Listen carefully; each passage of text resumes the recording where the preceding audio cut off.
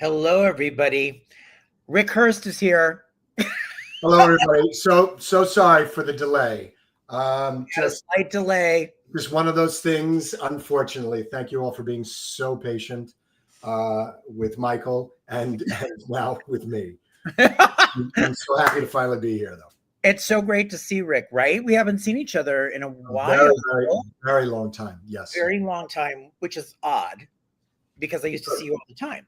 All the time. I moved out of state, so that sort of, didn't help things.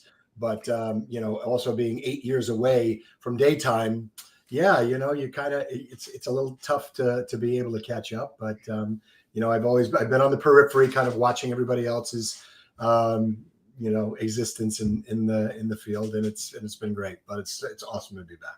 I just want to say, because I know the news just broke about the passing of Denise Alexander. Yeah. Yes, that I know that it had happened, but it hadn't been publicly announced, and it broke just a bit ago. Just Denise, who played Leslie Weber on General Hospital, and Susan Martin in Days of Our Lives, had passed. And I just wanted to ask you, did you spend time with her? And I did not. Unfortunately, I didn't. I did not work with Leslie, with Denise during any of her time while she was there. I think I saw her maybe a couple of times on the periphery, but I never, ever had the opportunity to work with her.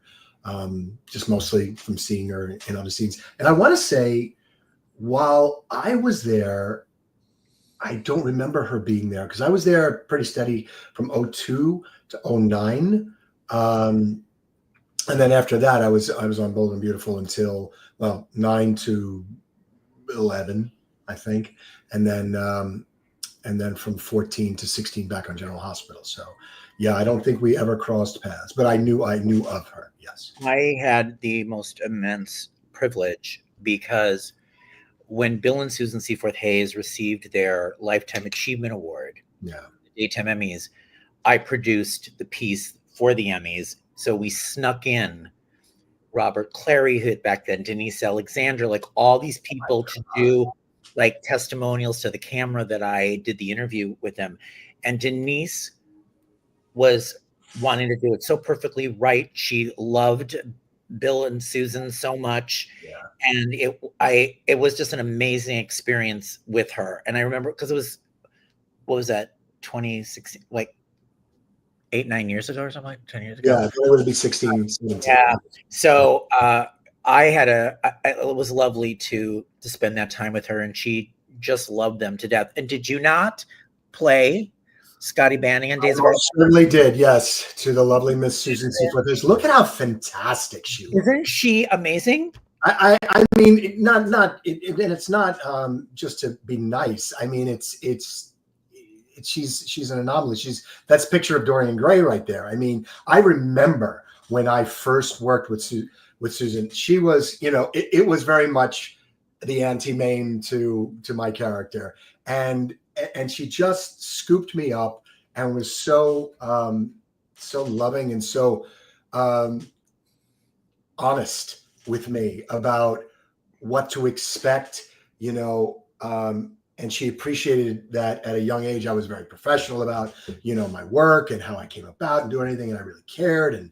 And she was just a doll, just an absolute. But she could not stand the fact, I think chronologically or genealogy wise, that she was supposed to be my great grandmother, because Alice.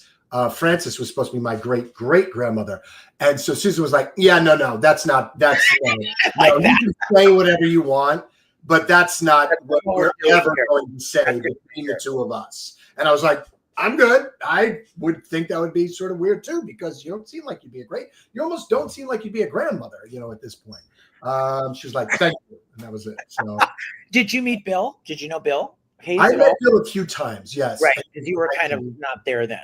I did. So I met Bill, actually, an actress by the name of, back in the day, Tracy Colas. That was her maiden name. She played opposite Charles Shaughnessy. Rebecca was the character's name.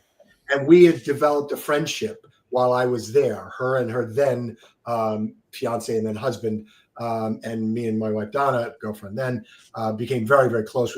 She lived right on the floor above us on a cute little 8-unit apartment building right off of Lancashire in North Hollywood. We were really, really good friends. But years later, Tracy wound up renting Bill and Susan's guest house.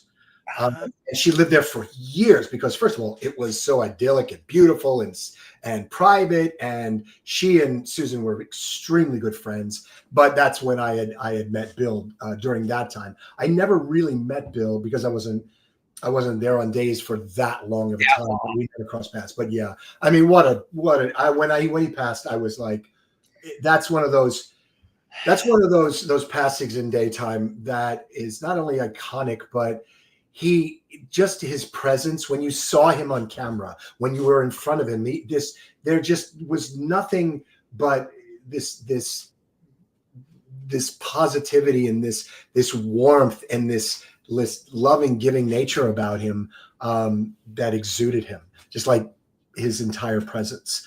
And so that when I had heard that he had passed, I felt very badly for Susan. And it was really tough. That relationship, that romance, that love between the two of them, that's the kind of love that growing up, my grandparents on my dad's side were very much that way. They were always openly affectionate with one another. It wasn't like, oh, we can't do that in public. It's like, no, they would hold hands, and they would, my grandmother would, be at the kitchen stove, and my grandfather would come up behind her and kind of nuzzle her, and she's like, oh, jeepers, and throw them away and everything. But Susan and Bill so reminded me of that kind of couple, of like my grandparents. Everybody at the show at Days, because I had been there for many years working there and everything, and was very close with Susan and Bill. Yeah. And I was at the. You speak to Susan, please. Can I tell her hello for you? Yeah, please tell her. Please give her. I'm going to make sure you get my number after this for sure. And also, please pass that on to Susan, because I'd love to say hi to her. Especially if I'm in town, shooting GH. I definitely love to. Yeah, I mean, say hello to her. Yeah, I should say hello to her. She would love it. Yeah, but they're like the greatest love to aspire to is their love story. We should all have that in our lives. The greatest. And quote in our. I don't like to say this because it happens in any business, in any profession. People have, good relationships and not so good relationships, but ours tends to, have the stigma of, oh, well, if you're in the business, you'll have 14 marriages and never be able to have a long lasting, loving relationship. It's like, not really. They kind of proved that wrong. And so far I have too. So that's a good thing. I'm sorry. Rook says Rick worked with Beverly McKinsey, Susan Seaforth Hayes, Leslie Ann Down, and Susan Flannery. Yeah. Amazing. I mean, we're all, that's about, okay. Thanks. That's the, a few biggies. Yeah. A few biggies. Amazing. True matriarchs, right? You and the matriarchs, like, right? Yeah. What was it like with Beverly? Oh my God. Beverly was very much a mentor to me. So like when I left Days and I went to Guiding Light, that was my transition, right? So I went from one iconic, amazing, woman to another. And so I don't know if it's because of my relationship with my mother. I grew up with my mom, basically. It was just she and I for 4 years, from I was 6 to 10, when my folks split up. So I feel like, I gravitated towards very strong, very, very influential, very positive, very talented, very forceful women, right? And Bev was all of that. But a real, they're all real broads. And right. Bev wrote me. When Beverly left the show, she wrote specific people letters, and my wife actually remembers it more than I do. I just remember how she wanted to make sure that I sort of stayed the course, and that I was somebody, I would continue to be as dedicated to what I was doing and keep the love of it.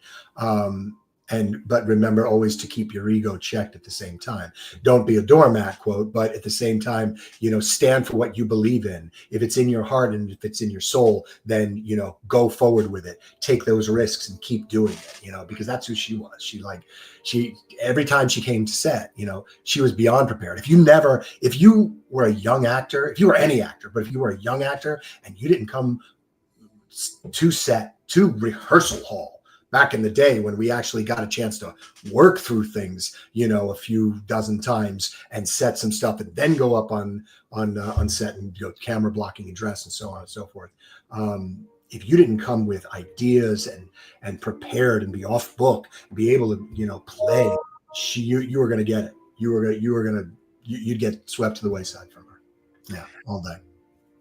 I was going to say you've won 3 daytime Emmys. Yes. 3.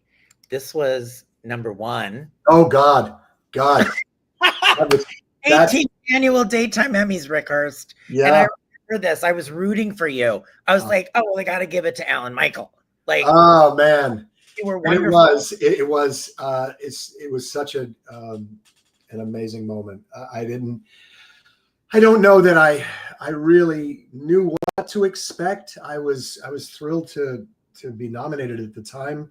I was my head was floating because my first son, Nick, was born the night before. And I had the opportunity to have my mom there, as she was always, and my father. And they had split years ago, but they remained friends and cordial and very, because it was about me. That was their relationship. And I still, to this day, I see on YouTube, if you go to see my win and my acceptance speech for 91, you'll see, me being completely goofy on set and on stage. Yeah, just a fool kid on stage, just jumping up and down, singing, I got the gold. And I got the gold. Yeah. And then, but looking out, the camera cut to my parents, both of them on their feet clapping. And yeah, it was a very out of body experience. I didn't know what was happening, but I also felt like, I had to go with whatever I was feeling at that moment. And the first one was very special especially because my son was born the night before. So. And then you won 2 more. Yeah. For General Hospital. Yes. I was in a I say, and that's when I became the man. Because those were supporting Emmys as well. It wasn't that the Younger Actor Award wasn't special, and I don't feel like I didn't work hard, but it's when you're in that category and it's like you're stepping up at that point. So when I won the supporting, I was really it was something that I felt like that was the bar I always wanted to set myself for and never take the foot off the gas. And it was something that kind of loomed over me. Hang on a second. So is that the music I'm hearing? Yeah, it's music in the background. I was worried. I was like, "Where's the music coming?" No, it's Road to Perdition. That's what it is, and way downstairs. I thought it was Days of Our Lives music. No. It's very classic though. It's very and it's 40s. But I it was something that when I did win, then I really I've always been very much a perfectionist about what I do, and it's. I think after that one, I learned, believe it or not, that I can continue to aspire, but I almost had to trust myself. I always had this governor kind of over me for whatever reason that, you gotta do better, which I still do, but understand that you kind of got to take a breath every now and then and trust in the fact that you put in the time and the work and the energy. And, sometimes, man, you're just, as young Melissa Hayden told me years ago, right? She said, sometimes your name's in the envelope and sometimes it ain't. And, you do the very, very best that you can and let it be. I mean, Tinkle said, do you stay in touch with any guiding light leading ladies? Sonia Satra, Beth Ehlers, Melina Kanakarides. I have not seen nor spoken to Beth for years. And that's just because I think opposite coasts, different lives, what have you. Sonia, I've spoken to a couple of times since I've been back in New Jersey on the phone. We keep saying we're going to get together, but she has her life coaching business, and her her husband and her kids, and so she's very busy there still. And but I still hope that we can get together. But I have spoken to her a few times now. Melina, conversely, I speak to all the time. I love Melina Kennecrease. She was great when I met her on Guiding Light. Yeah. She's a very very special, very special lady. Our families, since our times at Guiding Light, our families have stayed close. When I say families, I don't just mean our immediate, her and Peter, me and Donna, but now the kids and her parents are still, her mom who's still alive, and Pete's mom who's still alive, and their cousins and all that. We know all of them. And I've been able to see Melina and Peter when I've been going back and forth to LA. So it's been awesome. Yeah, they're doing it's wonderful that I still get a chance to see them. And more recently, Elizabeth Kiefer. I got a chance to do her podcast a few months back when I first came back to GH, and we actually saw each other at was it Michael Jackson's? Not not yeah, that Michael Jackson. Right, yes, Michael Jackson, playwright Michael Jackson. His sort of spoof musical that he did. And he invited all of basically the New York soap world there. Right. And that's the first time I had seen her in many years. And it was great. Just you just fall into the old rhythms. And well, I have not talked to you since you've come back to General Hospital to reprise Ric Lansing.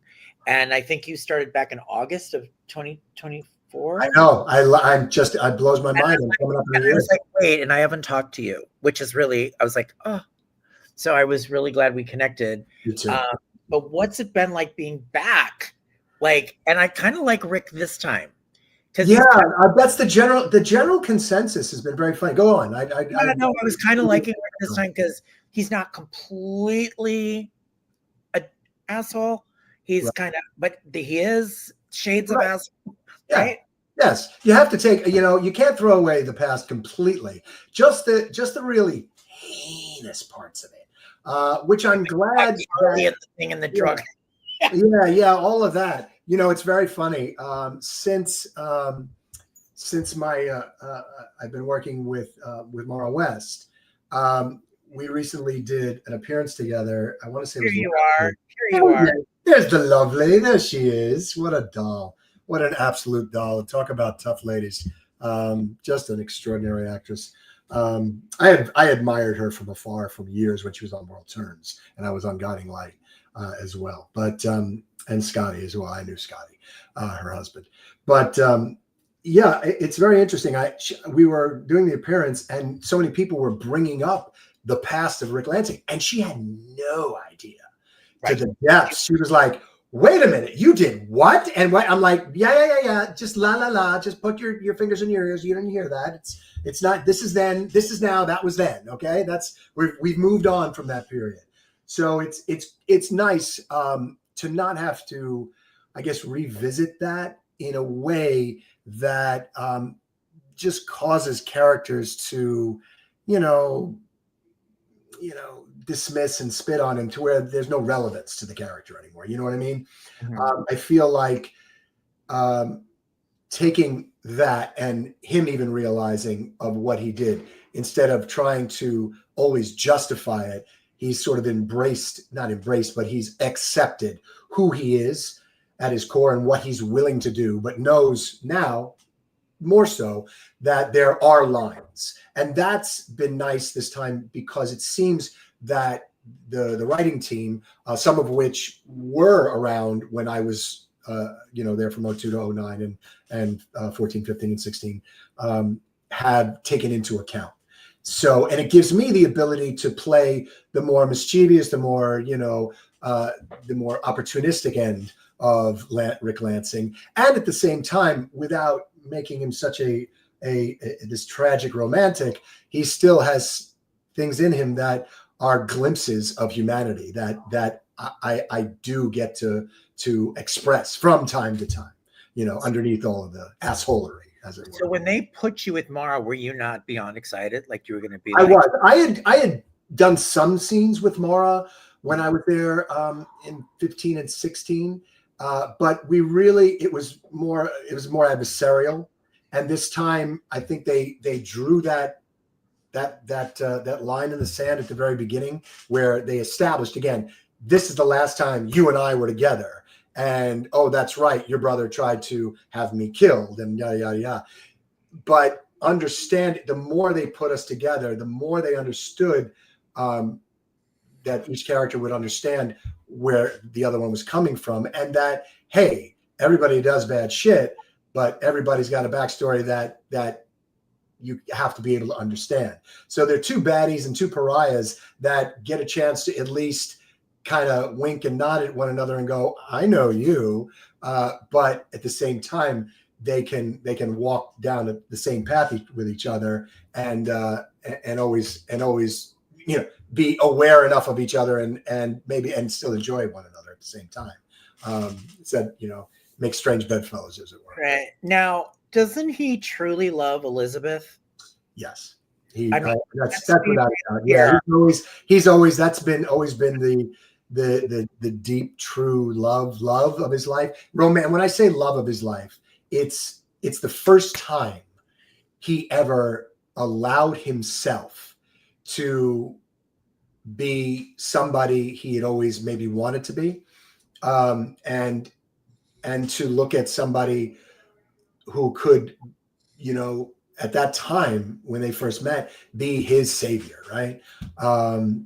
But as they've grown older and they understood one, and as all the different things that he's done, locking Carly in the panic room, drugging Elizabeth, so on and so on and so on and so on. I can't believe she's even that nice to him after he drugged, like, right. Well, at some point you gotta listen. There are a million, because you got to look at yourself. Not that she's done anything as horrible as me, but every character at some point, if they've been around each other for as long as these characters have been around one another, 20 years, right? 20 plus years collectively. You got to be able to look in the mirror and go, yeah, well, I'm not that squeaky clean. So maybe it's okay. This is the soap world, Michael. We can all that collective memory. Do you think Rick is secretly hoping that he's somehow going to rekindle this with Elizabeth? I think, like anyone who has a long lost love or a very first dear love, that he feels that was the one that got away. It will always remain there. But he really, this time around, I mean, even though they have him lean into, I'll take whatever I can get, I think was the last real sort of heart to heart the two of them had, and it was in Bobby's in the diner. And she shuts him down, not in a mean way, but lets him know, yeah, it's just not happening. It's not going to go any further. And it hits him so deeply that he's like, well, what do I do? Do I take that same sort of hurt and let it turn dark? Or do you go, it's time to be a big boy and realize that this is what happens with adults. Sometimes that the reciprocation is not there, right? But he'll take whatever he can because he would rather have this much of her in his life than none at all. So, hey, if she turned around tomorrow and said, yes, I'm sure he would be like, oh, but I also think he's, like with the relationship with Ava, I think it would be interesting to see the two of the characters be forced to come closer and let down each of their guards and allow each other to just fall, because they're not genuinely those people, right? They're rolling the hay. I'll, sex and money work great. I'll see you on Tuesdays and Thursdays, that they're that relationship. But it would be very interesting to see how these two could be forced into having to commit to one another, right? and see where that would go. I think Well, it's all possible. Fans here, we've got Lisa's favorite. I hope Rick moves in with Ava or they get married. Right, like it could. I mean, that's not in the cards right now. Or if they move in together, I think it would be very yeah, it would be great comedy, because to see the two of them have to do the were you done going to the bathroom? Yeah, listen, I lived without that for a very long time, and if that's the way it's going to be, we're getting another bathroom kind of thing. Stuff like that would be really, really fun to play. And we started to kind of do that when Ava was broke, which I thought was kind of funny. Well, he says absolutely love the blackmailing. Yes, good. There's a lot of blackmailing going on right now. There's different blackmailing stories. Yes, there's like Drew's blackmailing Portia. We're blackmailing Alexis. Who else is blackmailing? Anybody else blackmailing? It's like blackmail. Spring is blackmail. Brad is blackmailing Portia, but now Brad. Yeah, okay. Yeah. And now Brad was blackmailing Portia. Right. Yeah. Oh are Rick and Ava going to fall in love with each other and have real feelings for each other? Well, I think they have real feelings for each other. I think the feelings, like I said, are not necessarily the type of feelings that, when you commit when you're older, right? I mean, we all know, Michael, right? When relationships, we've had friends or family or whatnot, and if they've been through 1, 2, 3, whatever, however many marriages or many relationships, and the older they get, my mother says it this way, the best, because my stepfather passed away many, many years ago, unfortunately. And people ask her all the time, they say, Ann, don't you want to be with somebody else? My mom's 82. And let me tell you something. My mom looks amazing. Like, she's gorgeous. And they always say, Ann, why don't you start dating? And she was like, look, there's only 2 things men want at this age. Either they want a nurse or they want a purse. And I ain't going to be either. And I said, that's fair. And they'd have to get through me anyway. But Sansa says, Rick will love Liz till he dies. Let's face it. Yes, unfortunately. Yeah.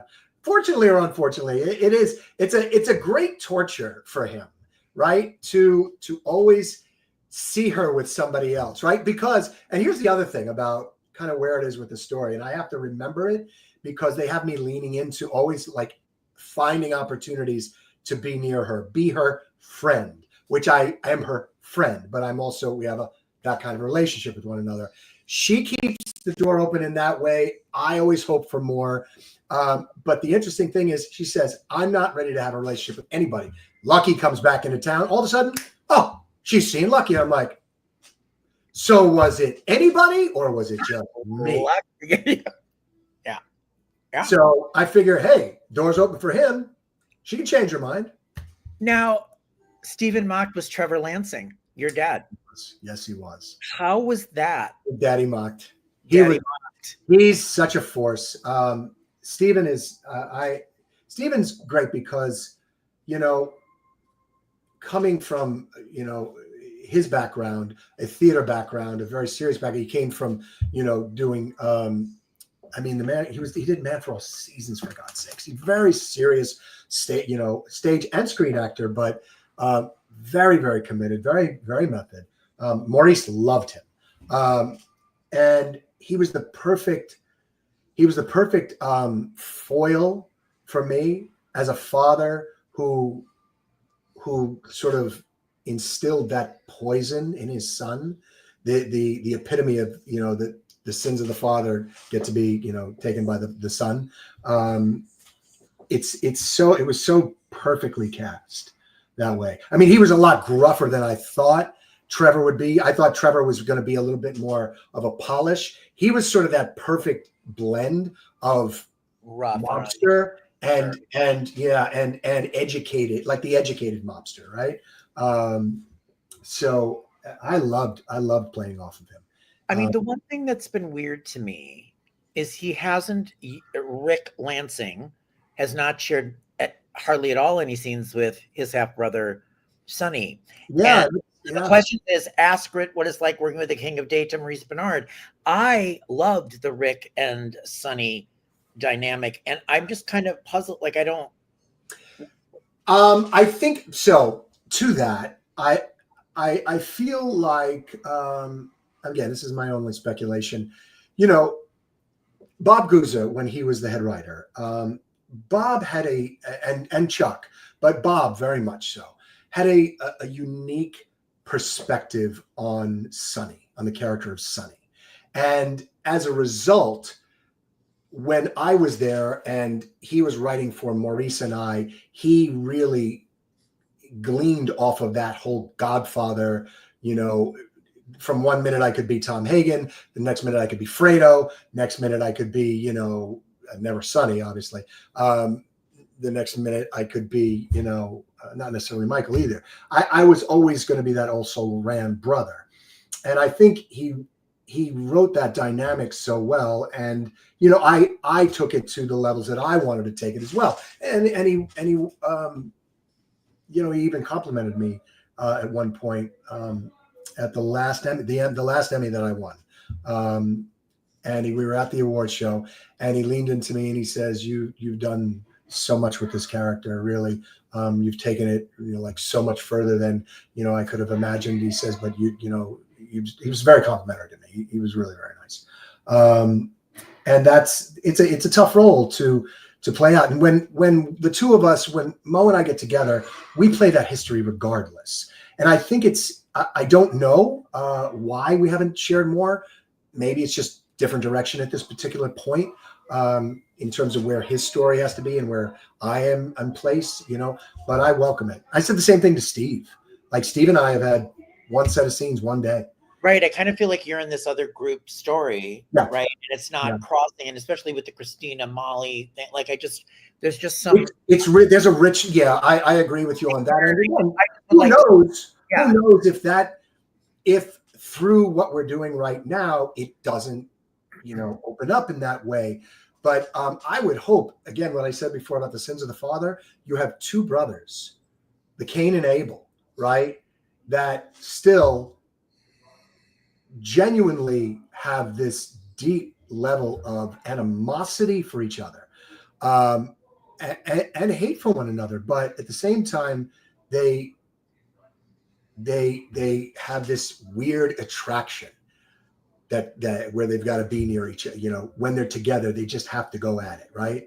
And I would hope that we would get more of an opportunity to do that. Yeah, it's fabulous. And when Mo and I get together, I love the fact that I always said this to Mo. I said, you know, I'm such an ultra prepared guy. Obviously, he is as well, but in different ways. We both respect each other's process, and I respect him coming from a pure method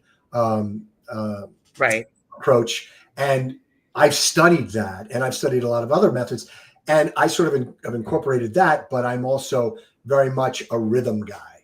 Like, it's about the rhythm of text and the rhythm of where the story is going at the same time. Because for me, that also feeds who and what the character is, right? From the writer's standpoint, it's what they've written for you and put on the page. It's my job and all of our jobs to make it, you know, breathe. You bring up the rhythm, and there were some really funny moments. This is not a funny moment, but with you and Nancy Lee Grahn. Oh, yes. I mean, the repartee between Rick and Alexis is really great. I think you hugged her and said, there was something you whispered. Oh, God, yes, that's right. Where I'm not letting out that I know that to Kristina. I know that she knows that we know that they know, blah, blah, blah. So, and doing that, I thought it was awesome that they actually did a close-up of it. It's like, and there was the scene. No, my favorite scene, honestly, since you've been back, is when they were decorating the Christmas tree. That's everybody's, yes. I just think it was the funniest thing. I literally laughed out loud. Like, for me to laugh out loud, she wanted to tape his mouth shut. Yeah. Yeah. We joke about it all the time. Nancy calls us the Bickersons. We should have our own sitcom. And she goes, that when her favorite time was, she goes, remember when we used to do comedy all the time? And I said, yes. She goes, you remember the Christmas? That was another Christmas tree scene, but the Christmas tree scene when we were stranded out in the middle of nowhere. Under the blanket and that kind of thing. And that's where I think that's where Molly was conceived, by the way. I believe that's where Molly was conceived. Could you see Alexis and Rick ever getting back together? I don't. Wow, that light all of a sudden decided to come on. Turned you off. Okay, let's just turn that back off. Do I ever see Alexis and Ric getting back together? You know, for half a hot second, I thought that they would at least like lean into one another, but unfortunately, clearly, shit happens. The apology scenes for both of us, that's one that I really loved. Where I said, where I say I apologize. She goes, "Well, I accept your apology," and I said, "And I accept yours." And she says, "I didn't apologize," and I'm like, "There's still time." So it's like stuff like that. You would think, I heard some fans saying, it would be great if they had like just hate sex for a minute. Well, that's what I was totally thinking. Hate sex is coming. Listen, anything. I'm at this point. Anything is possible. I'm open to all. I'm having a brilliant time with all the ladies. They have such definitive. There's such definitive characters in their own right, obviously, and that I can slide in with each of them. I say this from my own perspective, and it's not my character. If you want to know who Ric Lansing is, see who he is and see the relationships that he's had, on the show, right? And it really is very much a makeup of, comes from what he lost, what he didn't get from not growing up with a mother, or from not being able to reconcile whether she gave him away or whether he was taken away, whether she really wanted him, whether this was I feel like the getting back at Alexis for everything, and the saying is that part of wanting to just be so angry with his mother. The part where he just wants to be loved unconditionally is very much with Liz, and the part where he's figured out his survival instincts is out of the ability to be with somebody like an Ava, right? It's much more of what his father probably would have wanted him to be. When you and Nancy did the Christmas decorating, the recent one, did you guys not laugh doing it? We did, but things, I'll tell you, they go so. They go so quickly, yeah. So it's you don't get a lot of time to be able to laugh. I'm actually going to turn this light back on because that's fine. Yep, there we go. I was a little bit. I felt like I was doing Blair Witch for a minute. Yeah, during that we did on certain things. A couple of times we did like 4 takes where she's supposed to like hit me with the garland, and she really hit me with the garland a couple of times and then did it again. And I was like, and again, and I was like, no, really, Nancy, I really like getting smacked in the face 14 times. I said, it feels good. Don't mind the red marks. And that's when we started laughing. I mean, that is so funny. Things like that, because everything's so set in shots. We don't get the opportunity to kind of see what you guys are seeing. It becomes a little mechanics. But yeah, no, we had a great time. Okay, so we've got a list here. Hate sex with Alexis, more scenes with Sonny. Okay. Right now, I want to talk to you about Kristen. Yes. Your on-screen daughter. Yes. Talk to me about working with her and how that has been. I love her so much.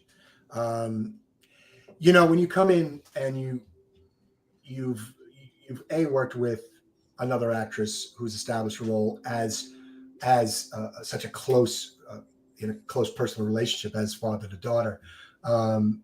It's a tough role to step into. For me, I had the opportunity, fortunately, to see her work prior to coming back. And when I looked up there, it made complete sense. It was the transition I think that they were looking to have with Molly, and as much as Haley is just my heart, she was so much a part of Molly and Ric's relationship. Very early on, things happen, right? The characters have to advance at some point. I know what it's like to have to step into a role like that, and I felt that she's so not just made it her own, because that's what else is she going to do? She really embodies as the actress and as the character, both the who Alexis is and who Ric is. And the more I watch her, I don't know if it's sometimes it's written that way. Sometimes I don't know if it's intentional. But I think it's just instinctual for her because she's such a consummate for her. I say young years. She's not that. She's in her late 20s, and she has this very old soul, and she's very goofy as well, which I appreciate. But she's just a smart young actress with amazing depth. And I immediately connected with her. She got the jokes. You know what I mean? She understood the shorthand of all of it. She doesn't take herself too seriously or any of it too seriously, but she takes it just seriously enough to know that she cares about what the performance that she's bringing, right? And it is so multi-layered. Did she know who you were? Did you say, I'm a 3-time Emmy winner, by the way? I'm playing you. No. I just saw her in the hallway and I said, hi, she calls me Papa. She calls me Papa. She's like, hi, Papa, how are you? You know, and she's just an absolute doll. I couldn't have asked for an easier transition. Having her there even though Elizabeth that's his true heart. That's Ric's true heart as a character. Well, everything else can go right to shit as long as he's got his daughter at school. Sansa asks, I honestly wish there would be some recognition between Ric and Kristina that they love one another. Ric was a daddy Ric to her. Yeah, I was. I know that's tough. Yeah. And that was the little girl, Kaylee, I want to say. She was when she was little girl. I remember her. Yeah. It's tough. They grow up and they're in different places and they've had different. That character's had much different influence for many, many years. And but I mean, talk about another actress who I just fell right in with. Kate. Was Kate Mansi. Yeah. And I mean, she's also Paisan, which is very helpful. She's Paisan. So, and that's the other thing. So Kristen's Greek. Kate's Italian. So like, I was like, yes, fantastic. We're represented. This is good. This is going to be great. They know where the passion and the fire comes from, but they're smart, sharp, and they've got street smarts about them, both of them. And those two together, you're like, whoa, that couldn't have been more perfectly matched. Like Offset. They're that way together. They're like buddies. So, do you think Ric's going to ultimately bring Kristina down and blow her?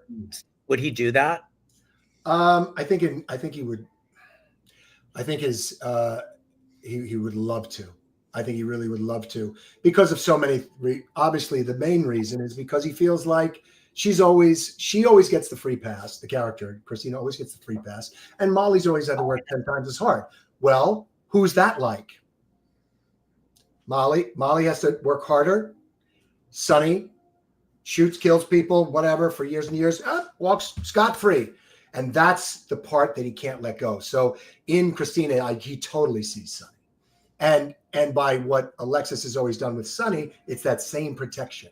It's like, what's good for the goose has got to be good for the gander here. You can't, all sides are not equal.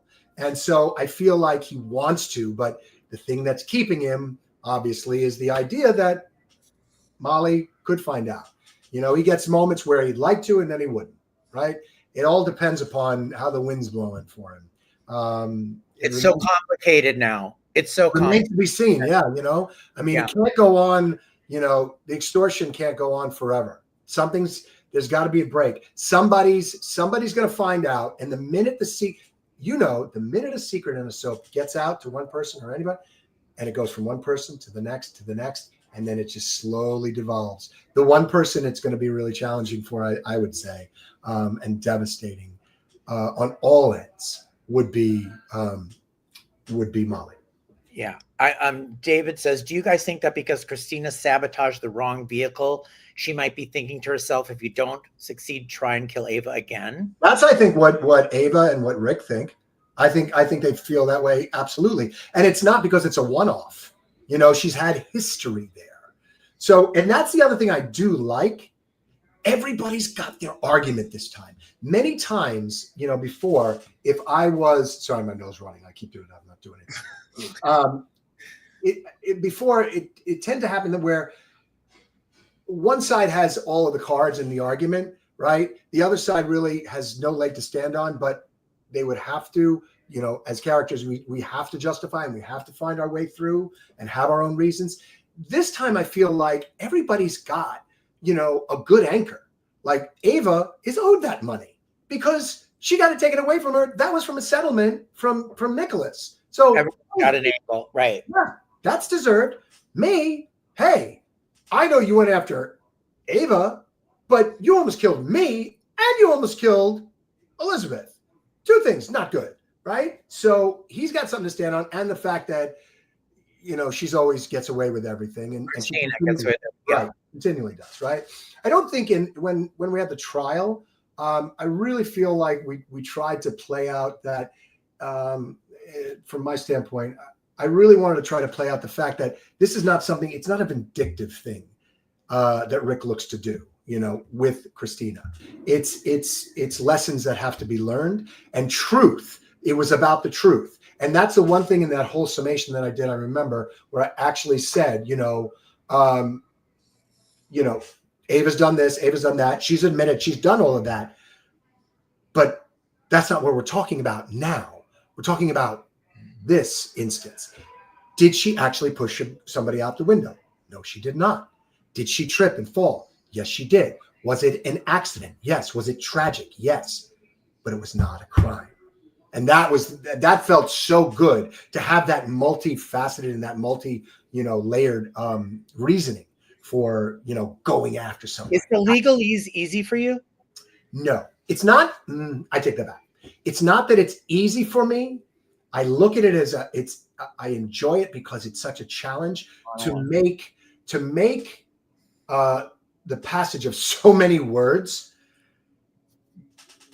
flow congruently. Sometimes it's a little too much, and it's almost, it sounds really good when it comes across the page, but when it starts to come out of your mouth, you're like, wait a minute, no person talks like this. But from time to time, to make it sound conversational, I guess you could say, or make sense of it to the layperson, and convey what it is that your intent is. Yes, I do love that. It's not easy. But it's my goal for everybody to look and go, wow, I would believe he's a lawyer. Stephen A. Smith actually came up to me. I was like floored. He came, Maura and I were shooting a scene. We were about ready to tape, and out of the shadows behind the cameras comes Stephen A. This very tall figure. And I was like, hey, because I'm like, man. He looks at me, he takes my hand and he goes, I'm a big fan. He says, I love Law and Order. He says, and I saw that courtroom stuff. He goes, man, you knocked that out of the park. I was like, you're Stephen A. Smith. Like, I was like blown away. So that was a humongous compliment. Well, I want to say, so Zio says Ric is a great storyteller. And on that note, we need to talk we need to talk about Montecito for a minute, because yes, you are the narrator. So the thing that we'll get Grant is here with us, so I'm going to bring him on for a sec. Hello, Mr. Rata. Thanks for inviting me on. Hi. I was just going to say, Ric, first of all, your speaking voice is so great. So when Grant sent me the thing and thank you for Michael Fairman, I was like, oh, I heard Ric Hearst say my name as the narrator. And thank you, Michael Fairman. So tell me how you came into this and ended up being the narrator, and was it fun? It was actually. Grant reached out to.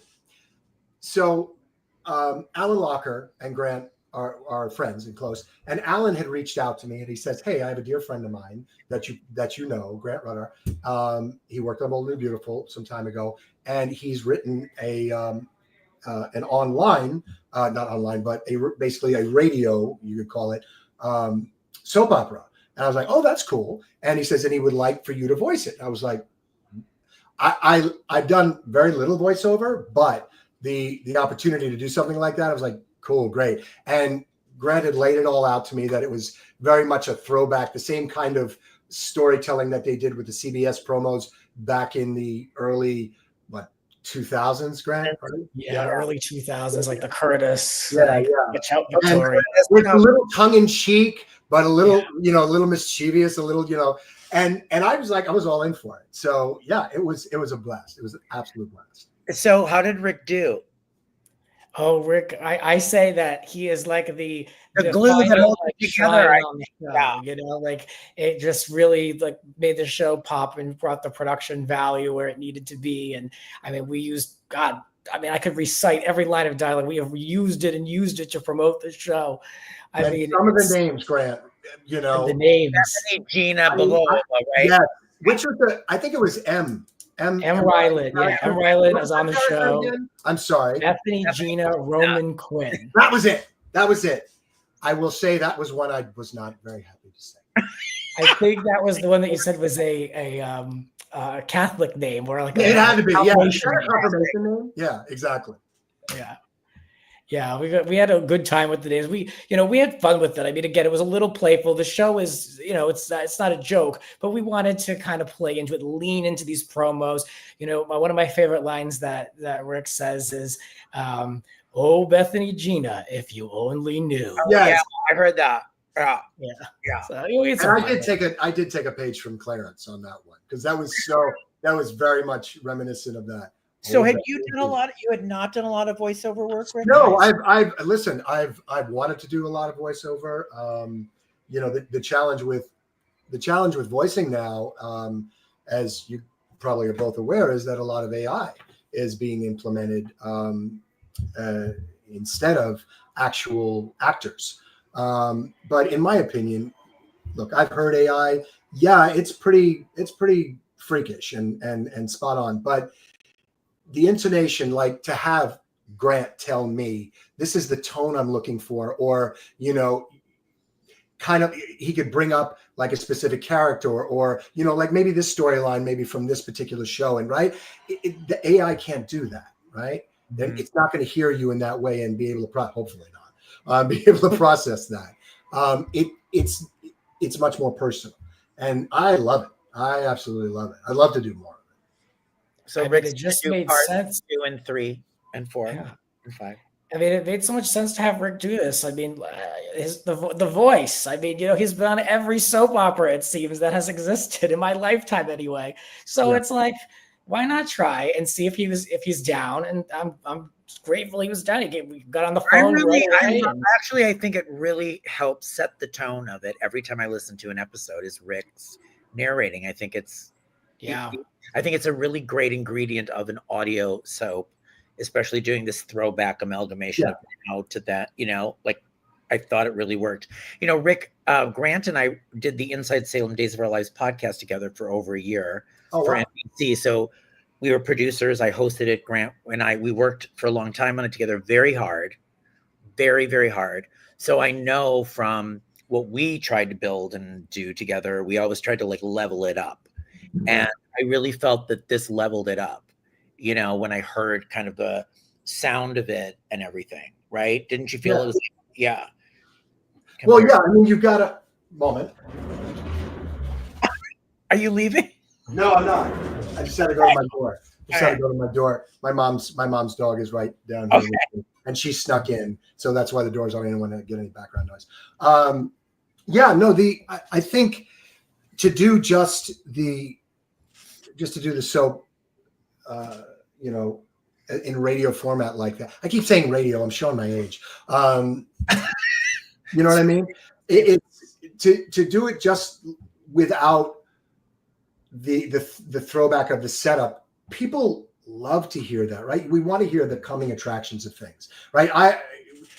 We don't get that anymore. Now the snippets, I know on GH, it's like this, and they're out. I don't even think it's 30 seconds. It's not. It's it's crazy. It's like, okay, it's almost like these are just going to be on the show. That's it. Right. Instead of, give me something to savor as I come into tomorrow. Like, what can I look forward to? Right. Who's the description of this particular character? How can we help translate that to the audience to make them want to listen in? Right. It's branding too. I mean, I remember back to the CBS campaigns. They had the Get It On campaign. They had all this Hot Summer Oh God, on NBC, and like it felt cohesive. It felt like something that was valued and that they were really, trying to build an audience around. And it's the final polish. Like you said, Michael, the final ingredient really that kicks it up a notch for sure. Right. How many more episodes? We got 6 more coming. So there's a total of 10. This week, episode 4 came out. Okay. So, we're just going to keep going. So there's some GH folks on the show too. Mark Anthony Samuel, who played Felix, is on as well. And Crystal Chappelle. So, check it out. All right. Well, thank you for popping in here during our. Thank you for having me. All right. Good to see you, Rick. Good to see you, Michael. Bye. Yeah, I heard your voice in it and I was like, wow, you sound really good in this. Oh, that's what I thought. Now, I want to ask you, you also were on Bold and Beautiful as Whip. Mm-hmm. Now. Oh, God. Yep. First marriage. First marriage. She looks so happy, doesn't she? She's not happy with this. Like, why? Pregnant underneath there. She's not happy. Not at all. What was your experience like at B&B? Didn't you marry Taylor too? Or wait, Bridget? There's Bridget Taylor. Yeah. I didn't marry. No, not Bridget. Oh no, not Bridget. No. No, I loved when I was there, and I worked with Bridget, who was Jennifer. Jennifer Finnegan. Jennifer Finnegan. I had the first time around. Yes, first time around. I believe it was 2002, just before I came over to GH. It was a short stint. It was such I felt like I had such a great time, and I was coming off of my stint on YNR, and on YNR I had this feeling of this freedom to where never knowing whether I was going to die or not. I knew it was inevitable, so I just had carte blanche to just go as far as I could, and surprisingly, the audience was like, they wanted more. Like, I remember Ed Scott coming to me and he goes, "Oh, they effing hate you, but I'm going to tell you something else. They don't fucking love to see you, man. I love to script. You're great. I love doing it." Like, Ed is a football coach. That's the best impression. You know what I mean? But he was the great thing about Ed was he was so visceral about if he saw something or needed something. It was always like usually one word. And it always kind of came from his loins, right? But coming off of YNR, I really wanted to do this, have that same sort of abandon with Whip. However, I feel like there wasn't. It kind of sputtered out very quickly, which I was surprised. I thought it would have taken off a lot further. I was there longer in 11, in 09 to 11, but I felt like I did less there at that time, of less content of the character, right? I remember Sarah Brown and myself, playing. We were literally in the background a lot of times. Again, story happens how story happens, but when I found that we were standing in the background, I go, "Yeah, I know what this is like. We're not long. Like we're going to be gone soon." And sure enough, we were. The first time around, though, was great fun because I got a chance to play with Sean Kanan. Sean and I have known each other our whole careers, our entire careers. Did you know here's Jack Wagner and Don? I did, but from the I admired from afar, but I had never really known them per se. And they're very independent, very, very uniquely protective of their characters, because they're sort of islands, and I mean that in a very complimentary way, right? When they're on screen, it is about them, right? And I bring that as well, but I like to play around. Jack was a lot of fun, I have to say. He is fun. Jack was always down for whatever, and just a complete clown. You know what I mean? Just hysterically, caustically sometimes, funny as hell. But I enjoyed. I really loved working with him, Ashley Jones, and KK and Catherine Kelly. Just a doll. And then when you went to Y&R, here you are in Sharon Case. Yes. You were the replacement Matt Clark. I was the replacement of the replacement. Right. I was, because Eddie Cibrian was the original. Right. Then they hired another actor, and I came in to read for that, and didn't get it. They gave it to this other actor, and then I got called about 3 months later back into Marnie's office. Marnie Sayed, who was now the Days of Our Lives casting director, and she was for Y&R. She calls me back into her office, and I'm reading the sides, the script pages and side pages for the character in the audition, and it's a different character name. And I'm looking at it, I'm going, this is the same guy. It's just this is too. And I was getting ready to go. She goes, yeah. Oh, so quick. Do you have any questions? And I said, is this the same guy? And she goes, yeah. She goes, we. I said, mum's the word. I never said a word. She never said a word. It's all good. I got the call. By the time I was in the parking lot, my pager went off at the time, and then I called up my manager and said, yeah, you got it. And I initially was only supposed to be there for 3 months just to tie up the story. And I lasted 6 because it caught. And then when they killed me, then I got called back to play, an aberration, not a ghost. An aberration. But an actual aberration in Trisha's mind. Saber and Janae. Janae. That's right. Why do you think you play bad guys? Why did they cast you as bad guys? I don't know if it's honestly. I feel like I don't lean into the hero thing much, right. And it's not that it's a bad thing. It's just I don't have a very wholesome look, especially the older I've gotten. I always have had an edge to me, and it's not. So I guess people are like, he can't really be soft or genteel or anything like that. It's like, no, I can, but I feel like there's a grit and a reality to bad guys, because they don't try to sugarcoat things, right? And playing a bad guy, quote bad guy, or villains, or darker characters. I think there's a lot that is being suppressed. So you get a chance to explore whatever demons you have in yourself, and assimilate that to the character. Or sometimes you just get to play and let your imagination run wild. You know what I mean? What an amazing career you've had. So many shows, but right now General Hospital is so great with you in it. Do you think we should look forward to any little tease we can give? Let's see. Coming up, what do we got? Is he gonna?